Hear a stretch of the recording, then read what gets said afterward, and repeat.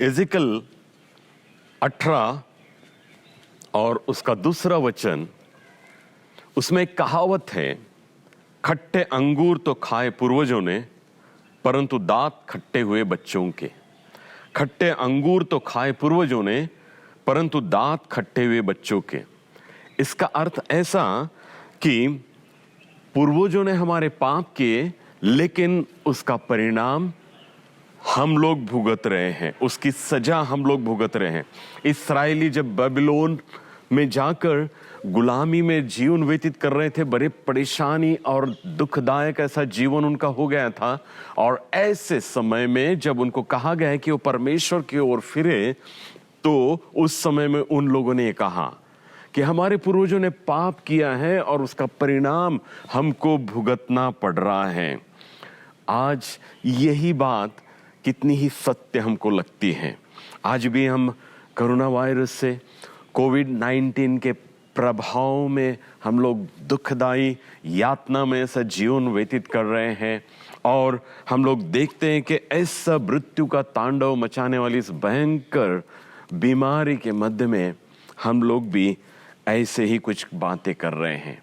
हम लोग के देश में लोग कहते हैं कि कोई जमात एक जगह पर इकट्ठा हुई, उन्होंने अपनी सभाएं ली और वहाँ कुछ संक्रमण कोरोना वायरस का लोगों को हुआ। और जब ये लोग वापस अपने अपने शहरों में गए, तो इस प्रकार से कोरोना वायरस का प्रादुर्भाव बढ़ता गया। हम लोग देखते हैं कि अमेरिका भी कहता है कि चाइना में इस कोविड-19 का जन्म हुआ और जिसके कारण से सारे संसार में इसका प्रभाव देखने को मिल रहा है। मुझे नहीं मालूम और हम किसको किसको दोषी ठहराते रहेंगे। और सचमुच ही ये बात भी उतनी ही सत्य है। हम लोग को देखने को मिल रहा है कोविड-19 के कारण करीब करीब 3.5 लाख लोगों से भी ज़्यादा लोगों की मृत्यु हो गई है। और बहुत सी बीमारी अब तक के हमने देखी है, लेकिन ऐसा मृत्यु का तांडव मचाने वाली ये बीमारी हम लोग ने पहली बार देखी है। और इसलिए कई बार प्रश्न आता है कि मनुष्य के जीवन में मृत्यु का डर क्यों है? मनुष्य क्यों मृत्यु के प्रभाव में जीवन व्यतीत कर रहा है? और ये जब भी प्रश्न आता है, पवित्र शास्त्र में बड़ा सुंदर सा एक वचन कहता है, रोमियो उसका 5वां अध्याय 12 और 13 वचन में इस प्रकार से लिखा हुआ है, एक मनुष्य के पाप के कारण मृत्यु ने इस संसार में प्रवेश किया और सारे मानव जाति पर मृत्यु राज कर रहा है। एक मनुष्य के पाप के कारण मृत्यु ने इस संसार में प्रवेश किया और आप सारे मानव जाति पर मृत्यु राज कर रही है। ये वचन हम लोग को जब बताता है तो कोई देश या कोई जमात को दोषी नहीं ठहरा रहा है, लेकिन मनुष्य ने किए हुए पापों के कारण से मृत्यु संसार में आई है। ये मुझे और आपको स्पष्ट रीति से बताता है। अब ये पाप का प्रारंभ कैसे हुआ है, मुझे लगता है आप सब लोगों को मालूम है। उत्पत्ति की किताब में बड़े सुंदर प्रकार से हम लोग पढ़ते हैं कि परमेश्वर ने जब आदम और हवा को एदन के बाग में रखा, तो वहां पर उनको कहा गया था कि इस बाग के मध्य में लगाए हुए भले बुरे का ज्ञान करने वाले उस पेड़ का फल नहीं खाना। और हम लोग को देखने को मिलता है, लेकिन वहां यह भी बताया गया था, उनको वार्निंग दी गई थी कि जिस दिन इस फल को तुम खाओगे तुम मर जाओगे। लेकिन हम लोग को देखने को मिलता है कि शैतान सांप में प्रवेश करके हवा को बहकाता है और हवा उसके बातों में आकर उस फल को तोड़ती है, खाती है और फिर आदम को भी खाने के लिए देती है। अब यहां देखिए कि न इस वचन के अनुसार एक मनुष्य के कारण इस संसार में मृत्यु आई बताया गया है, लेकिन अगर देखे वचन पढ़े तो हम लोग को देखने को मिलता है एक स्त्री हवा, उसने इस फल को तोड़कर खाने का प्रथम कदम उठाया। उसने वो तोड़ा, उसने स्वयं खाया और आदम को भी खाने के लिए दिया। शायद हम सोच सकते हैं कि आदम को क्यों दोषी माना जा रहा है। मेरे प्रियो, सचमुच सिर्फ कई बार सिर्फ हम लोग पाप करते हैं इसलिए पापी नहीं होते हैं, इसलिए दोषी नहीं होते हैं। लेकिन पाप करते हुए लोगों को देखते हैं तो भी हम लोग दोषी ठहराए जाते हैं। यहां आदम का कर्तव्य था कि उसने हवा को करते हुए रोकना चाहिए था, वो फल खाते हुए रोकना चाहिए था, लेकिन वो ऐसा नहीं करता है और इसलिए हवा से ज्यादा आदम को दोषी ठहराते हैं। और हम लोग को देखने को मिलता है कि बाइबल बताती है कि इस मनुष्य के घर भी उसने इनिशिएटिव नहीं ली, घर भी उसने प्रथम कदम नहीं उठाया, लेकिन उसको दोषी ठहराया गया और एक मनुष्य के पाप के कारण संसार में मृत्यु आई और मृत्यु सारे संसार में राज्य कर रही है।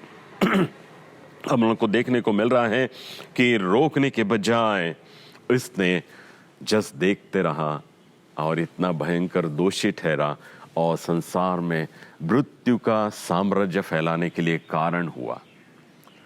मैं और आप थोड़ी देर रुककर आज अपना निरीक्षण करें, क्या हम भी आदम के समान इस संसार में ऐसा तो कदम नहीं उठाते हैं? कोई पाप कर रहा है, करने दीजिए, हम तो नहीं कर रहे हैं ना, हम देखने की भूमिका निभा रहे हैं, लेकिन इतना भी काफी नहीं है तुमको निर्दोष ठहराने के लिए। हम देखते हैं पाप होते हुए भी, तो भी परमेश्वर के वचन के अनुसार हम दोषी ठहराए जाते हैं। और अगर हम ऐसे टोकते नहीं है तो मृत्यु आज इस संसार में फैलते जा रही है। मानव जाति में पाप फैलते जा रहा है, पाप के कारण मृत्यु भी फैलते जा रही है। मालूम है कई बार हम लोग क्यों टोकते नहीं है लोगों को पाप करते हुए? क्योंकि हम लोग ने छोटे पाप, बड़े पाप, माइनर, मेजर सिन इसमें डिवाइड कर दिया है। ओ सीवियर सिन और सोफिस्टिकेटेड सिन, इस प्रकार के कुछ विभाजन डाल दिए और हम सोचते हैं कि छोटे माइनर पाप जो है उस उतने दोषी नहीं है, उसका कोई दंड नहीं होता है। लेकिन पाप पाप है, छोटा हो या बड़ा हो, हर एक पाप ये मृत्यु ले आता है और इसमें कोई फर्क नहीं है। लेकिन अभी प्रश्न पड़ता है कि कोरोना वायरस के कारण से, कोविड-19 के कारण से इतने सारे लोग मर गए, उसमें कितने अच्छे लोग भी थे, कितने अच्छे डॉक्टर थे, कितने अच्छे नर्सेस थे, कितने अच्छे प्रभु के दास लोग थे, वे भी मर गए हैं। अच्छे लोग क्यों मरते हैं? ये प्रश्न कई बार हम कर बैठते हैं कि भैया चलो पापी लोग मर जाए, लेकिन अच्छे लोग क्यों मर रहे हैं?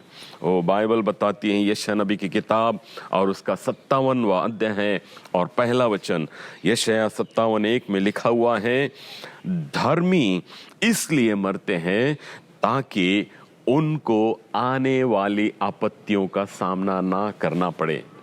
बड़ा सुंदर सा वचन है, धर्मी इसलिए मरते हैं कि उन्हें आने वाले आपत्तियों का सामना ना करना पड़े।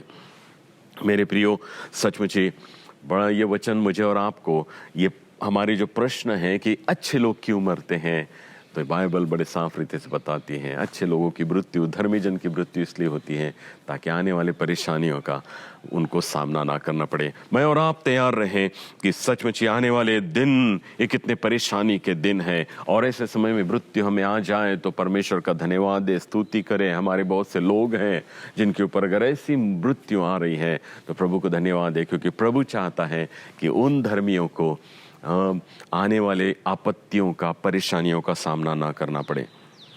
अगर हम लोग देखते हैं पवित्र शास्त्र में ऐसा ही हमारे जैसा और एक प्रश्न और एक भविष्यवक्ता जिसका नाम है हबक्कुक, वो भी लेकर परमेश्वर के पास में आता है। और हबक्कुक की किताब उसका पहला अध्याय 13 वचन में वो प्रश्न करता है, परमेश्वर तू क्यों चुप बैठा है जब बुरे लोग धर्मी लोगों को निगलते जा रहे हैं, उनका नाश करते जा रहे हैं, और तू परमेश्वर क्यों चुप बैठा है? वो प्रश्न करते रहता है, प्रश्न करता है, लेकिन कोई जवाब नहीं मिलता है।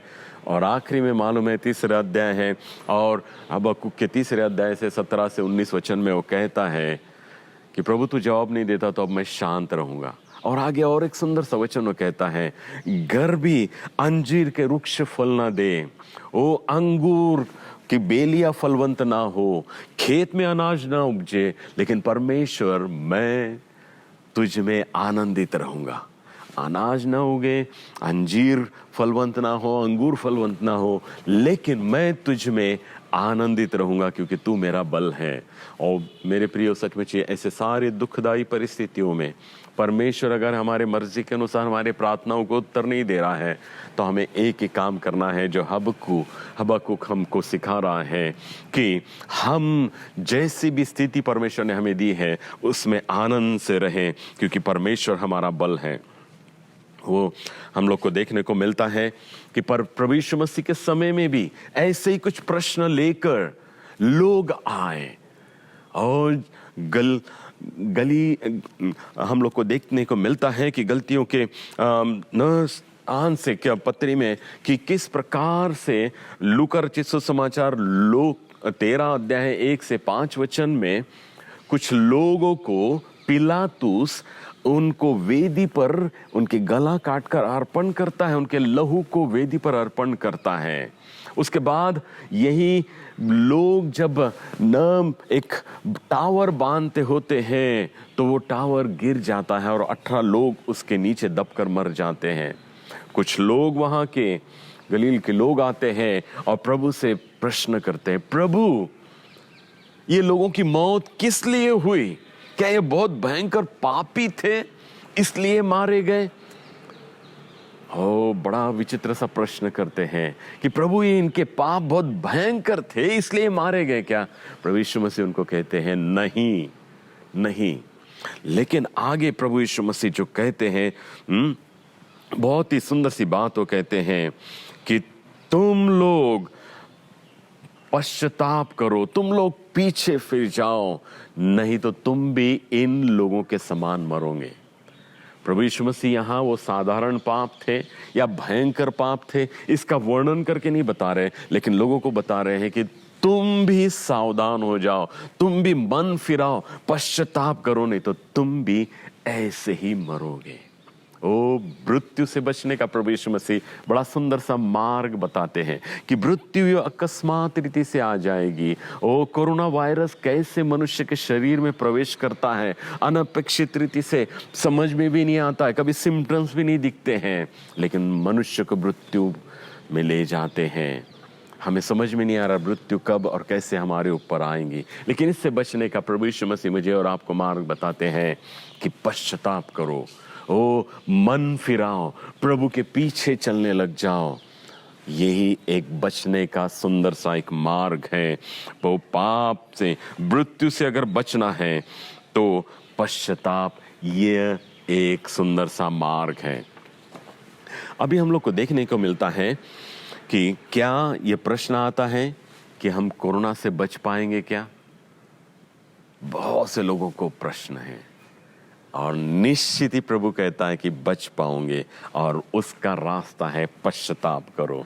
एक ही मार्ग है, उसके सिवा दूसरा कोई मार्ग नहीं। यिजकेल की किताब 33वां अध्याय 11 वचन बहुत सुंदर सा वचन है। यहाँ परमेश्वर कहता है दुष्ट और पापी लोगों के मरने से मुझे प्रसन्नता नहीं होती, दुष्ट और पापी लोगों के मरने से मुझे प्रसन्नता नहीं होती, लेकिन इसमें मैं प्रसन्न होता हूं कि वे अपने पाप में मार्गों से फिरे और जीवित रहे। वे अपने पाप में मार्गों से फिरे यानी कि पश्चाताप करें और जीवित रहें। पवित्र शास्त्र के हर एक पन्ने पर पश्चाताप का संदेश है मेरे प्रियो। यहाँ ये वचन मुझे आपको ये नहीं कह रहा है कि पाप मत करो। प्रभु जानता है कि हम मानव प्राणी हैं, कई प्रकार की अभिलाषाएं हमारे सामने शैतान रख देता है, हमसे पाप हो जाता है। ओ, पाप नहीं करो ये नहीं कह रहा है, लेकिन वो कह रहा है कि पाप हो जाने के बाद छुपाओ मत। ये छुपाना मृत्यु को ले आ जाता है, लेकिन पाप करने के बाद पश्चाताप करो तो इस मृत्यु से छुटकारा मिलता है। लेकिन हम लोग को देखने को मिलता है आज ये सारा संसार इसी प्रयत्न में लगा हुआ है कि पाप हो जाने के बाद वो छुपा कर रखते हैं, नहीं मानते हैं, और ये पाप गिना जाता है और ये पाप बढ़कर मृत्यु को ले आ जाता है। और हम लोग को देखने को मिलता है भजन संहिता 32 उसका 3 और 4 वचन, पाप करके छुपाए रखने के कारण से कैसे प्रभाव होता है। वहां ऐसा लिखा हुआ है, जब दाऊद कहता है जब मैं पाप करता हूं और चुप रहता हूं तो मेरी हड्डियां कराहते कराहते इमारतें पिघल जाती हैं, रात दिन जिंदगी बोझ से लगने लगती है और मैं बीमार सा, कमजोर सा हो जाता हूं। ओ, कोरोना वायरस के सारे सिम्टम्स, ये बीमारी यहाँ कई वर्ष पहले दाऊद ने मुझे और आपको बता दिए हैं। कैसे होते हैं? जब मैं पाप करता हूं और चुप रहता हूं तो ये सिम्टम्स मुझ में दिखने लगते हैं। हड्डियां पिघलने लगती हैं, जिंदगी बोझ से लगने लगती है, कमजोर सा हो जाता हूं। लेकिन 5वें वचन में, इस भजन संहिता 32 के 5वें वचन में, आप जरूर इसको, इस भजन संहिता 32 को घर जाकर पढ़िएगा। वहां इस प्रकार से लिखा हुआ है कि जैसे ही मैंने अपने पापों को मान लिया, यानी स्वीकार कर लिया, तो प्रभु ने मेरे सारे पापों से मुझे छुटकारा दे दिया, मेरे पापों की क्षमा कर दी।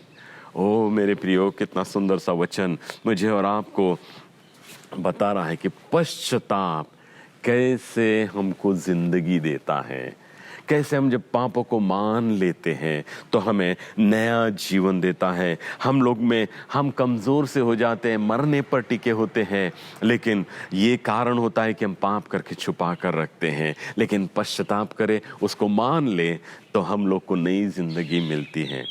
यजिकल की किताब, यजिकल की किताब बहुत सुंदर सी किताब है। मैंने बहुत से वचन इसमें से आपको कोट किए हैं। 37वां अध्याय 1 से 10 वचन में लिखा हुआ है, वहाँ पढ़ने को मिलता है कि एक तराई में यजिकल को परमेश्वर लेके जाता है और उस तराई में देखता है कि हड्डियाँ फैली हुई है। उसको देखकर परमेश्वर उसको कहता है कि इसको सुसमाचार सुना। और थोड़ी देर के बाद हड्डियाँ जुड़ने लगती हैं, उस पर मांसपेशियाँ चढ़ने लगती हैं।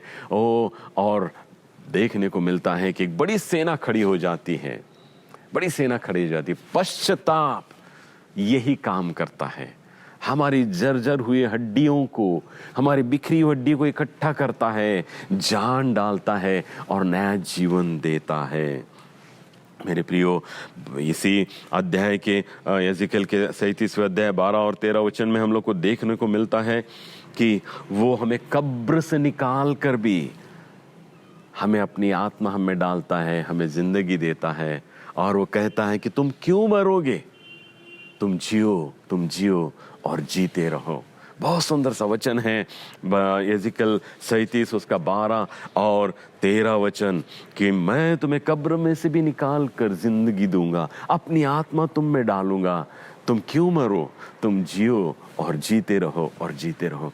बहुत ही सुंदर सा वचन है मेरे प्रियो। सिर्फ ये पश्चाताप करने से होता है।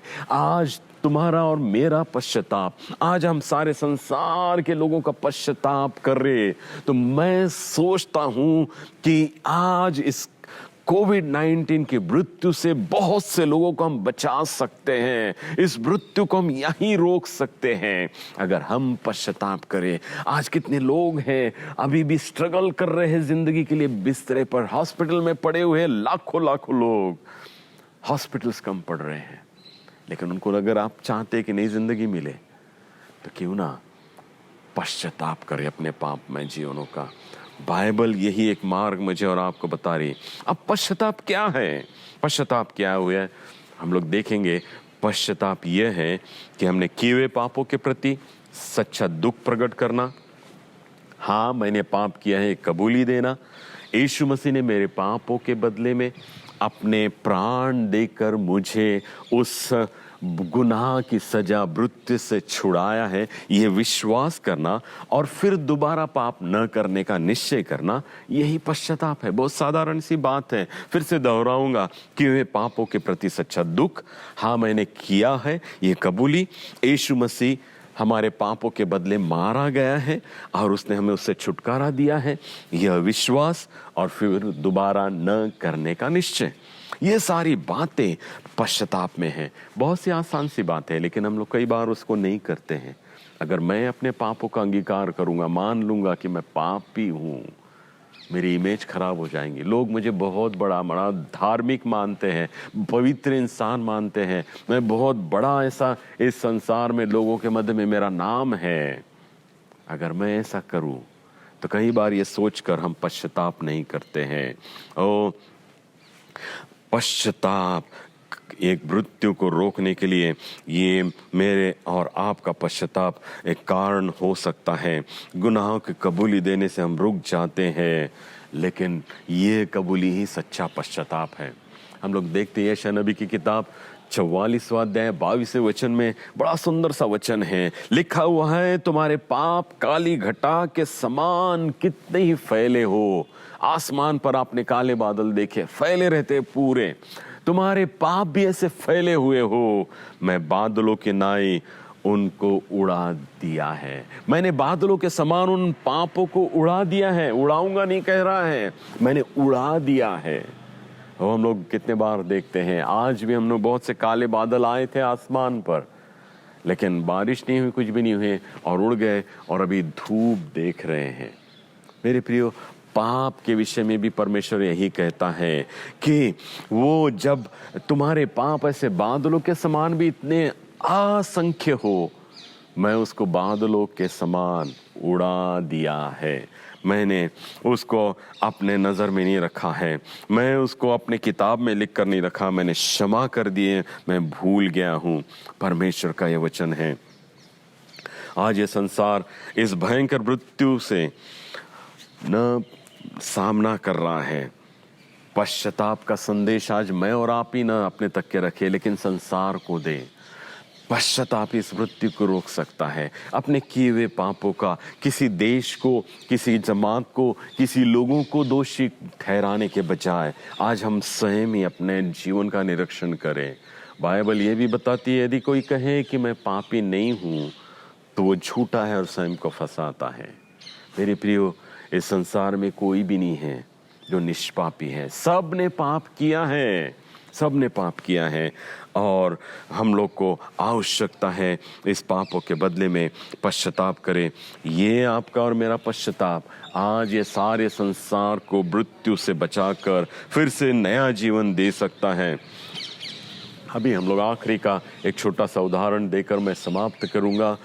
कोरोना वायरस के कारण से हम लोग सब लोगों को इंस्ट्रक्शन दिए हैं, सैनिटाइजर से हाथ धो, घर में 10-20 बार अपने साबुन से हाथ धोते रहो, हाथ धोते रहो। और ये बताया गया है कि इससे शायद ये वायरस तुम्हारे शरीर में प्रवेश नहीं कर पाएगा, जो तुम्हारे हाथों में लगे होते हैं इस साबुन से धोने से चले जाते हैं। और ऐसे ही हाथ धोने की एक घटना मैं आपके सामने रखना चाहता हूँ। मत्ती रचित सुसमाचार 27 अध्याय 11 से लेकर 26 वचन तक के पिलातूस भी प्रभु यीशु मसीह का न्याय करने के लिए वो पिलातूस के सामने उसको ले आया जाता है। जब लाते हैं तो पिलातूस उसको कहता है कि मैं तुझे निर्दोष छोड़ सकता हूँ, निर्दोष छोड़ सकता हूं। और सचमुच ही वो प्रभु यीशु मसीह में कोई दोष नहीं देखता है, वो लोगों के सामने ले आता है और वो कहता है कि मैंने इसमें कोई दोष नहीं पाया, मैं चाहता हूं कि उसको छोड़ दूं। लेकिन लोग कहते हैं कि नहीं नहीं, उसको सलीब पर चढ़ाओ, उसको सूली पर चढ़ाओ। चिल्लाकर उस प्रेशर में आकर पिलातुस सबके सामने पानी में हाथ डुबाता है, हाथ धोता है और कहता है कि इस निर्दोष का लहू मुझ पर ना आए, इस निर्दोष का लहू का दोषी मैं ना ठहरूं, इसलिए हाथ धोता है। ओ पिलातुस, प्रभु यीशु मसीह के दोषीपन से या तेरे स्वयं के पापों से निर्दोष छुटकारे के लिए हाथ धोने की आवश्यकता नहीं थी, तुझे तो आवश्यकता थी। ओ यहाँ इतना सुनने के बाद में कि मैंने प्रभु यीशु मसीह उसको ये नहीं कहते कि मुझे निर्दोष ठहरा रहा है तो ये मेरे राज्य में होगा। लेकिन मालूम है थोड़ी देर के बाद में ही प्रभु यीशु मसीह के साथ में सलीब पर चढ़ा हुआ एक चोर, जब वो अपने पापों की कबूली करता है, प्रभु हम तो अपने पापों किए हुए पापों के कारण से सजा भुगत रहे हैं, उसके लिए प्रभु यीशु मसीह कहता है कि तू आज ही मेरे साथ में स्वर्ग लोक में होगा। लेकिन ये निर्दोष ठहरा है पिलातुस को नहीं कहता है कि तू आज मेरे साथ में स्वर्ग लोक में होगा, तेरी पाप क्षमा हुए। हाथ धोना ये हमारे पाप क्षमा प्राप्त करा देने का न माध्यम नहीं है। पश्चाताप, अपने पापों का अंगीकार, प्रभु यीशु मसीह पर विश्वास करके अपना जीवन का समर्पण उसको करना, ये हमारा पश्चाताप है। ये हमें जीवन मृत्यु से बचाकर जीवन दिला सकता है। मेरे प्रियो, सचमुच ही आज ये महत्वपूर्ण बात है। क्या ऐसा सच्चा पश्चाताप आज इस आप स्वयं करके दूसरों को भी प्रेरणा देकर आज इस संसार को इस मृत्यु से बचा सकते हैं। ये मृत्यु का तांडव चलते आ रहा है, रोज बरोज हजारों हजारों लोग मरते जा रहे हैं। ओ आज अगर कोई बीमार, इस कोई ताकत संसार में नहीं है, कोई दवाई नहीं है, और ये एक परमेश्वर ने मार्ग दिया है। बाइबल मुझे बताती है कि हम अपने पापों का पश्चाताप करें। क्या आज आप ऐसा पश्चाताप करोगे? आपको बताता हूँ, सच में किसी ने बड़ा सुंदर प्रकार से कहा, पश्चाताप एक ऐसा एटम बम है, ऐसा एटम बम है जो ब्लास्ट होता है तो तहस नहस कर देता है, शैतान के राज्य को तहस नहस कर देता है। पश्चाताप एक ऐसा एटम बम है जो फूट जाता है तो शैतान के राज्य को तहस नहस कर देता है। हो मेरे प्रियो, आज मेरा और आपका पश्चाताप भी ये एटम बम फूट जाए पश्चाताप के रूप में, तो कोरोना वायरस को तहस नहस कर देगा, कोविड-19 को नष्ट कर देगा, और फिर से लोग आनंद का जीवन व्यतीत करेंगे, शांति का जीवन व्यतीत करेंगे, खुशियां ही खुशियां होगी। सिर्फ एक रास्ता है कि हम अपने पापों का अंगीकार करके प्रभु के सन्मुख जाएं, प्रभु से क्षमा मांगे और उस पर विश्वास करें। प्रभु यीशु मसीह ने सब कुछ करके रख दिया है, हमें सिर्फ विश्वास करना है और अपना जीवन उसे समर्पित करना है। वो आपके जीवन में आएगा और आपको आशीषित करेगा। वो कहता है, तुम क्यों मरो, तुम जियो, तुम जीते रहो, सुख आनंद का जीवन जीते रहो। ये प्रभु का वचन है।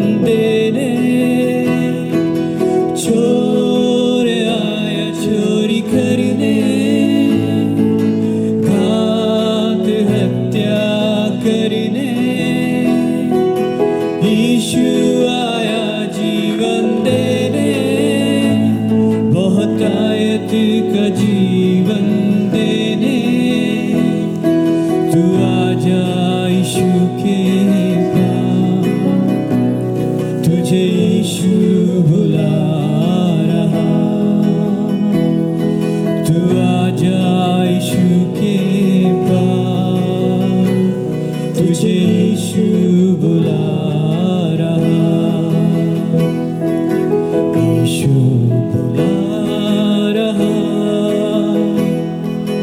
यीशु बुला रहा, तेरा नाम ले लेकर तुझे यीशु बुला रहा, तेरा नाम ले लेकर तुझे यीशु बुला रहा। आइए हम प्रार्थना करें। पवित्र पवित्र सेनाओं के ओ परमेश्वर, हम धन्यवाद देते हैं, तेरी स्तुति और प्रशंसा करते हैं, क्योंकि तू हर समय हमें जीवन देने वाला, बहुतायत का आशीष भरा जीवन देने वाला हमारा ऐसा परमेश्वर है।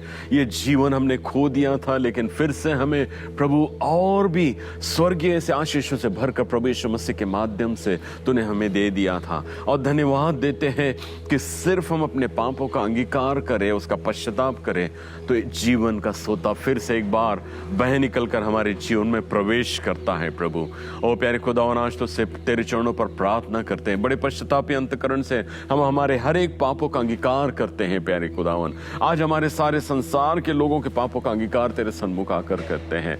ओ प्रभु, हम बहुत परेशानी से घिरे हुए हैं, बहुत तकलीफ में हैं, मृत्यु का साम्राज्य हमारे संसार में बढ़ते ही जा रहा है। ओ कितने ही निर्दोष ऐसे लोग मारे जा रहे हैं। प्रभु तू दया कर, अनुग्रह कर, आज हमारे पश्चाताप की इस प्रार्थना को तो स्वीकार कर। प्यारे खुदावन, हमें फिर से एक बार पापों की क्षमा देकर ओ प्यारे खुदावन, इस मृत्यु के तांडव को तू रोक दे। ओ प्यारे खुदावन, हम प्रार्थना करते सारे लोगों को फिर से एक बार एक नई प्रकार की जिंदगी तू प्रदान कर। प्रभु तू दया कर, अनुग्रह कर।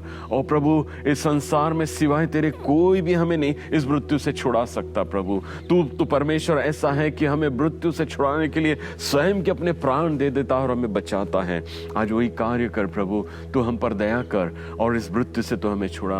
कितने ही प्रभु परमेश्वर पिता लोग मारे जा रहे हैं, कितने ही लोग हैं अभी भी स्ट्रगल कर रहे हैं। ओ प्रभु, उन पर तू अनुग्रह कर। फिर से एक बार प्रभु हम पश्चातापी अंतकरण से तेरे सन्मुख आते हैं, तो हम पर दया कर प्रभु, हमारे पापों की क्षमा कर। ओ प्रभु, हम पर दया कर और हमें इस मृत्यु से छुटकारा दे।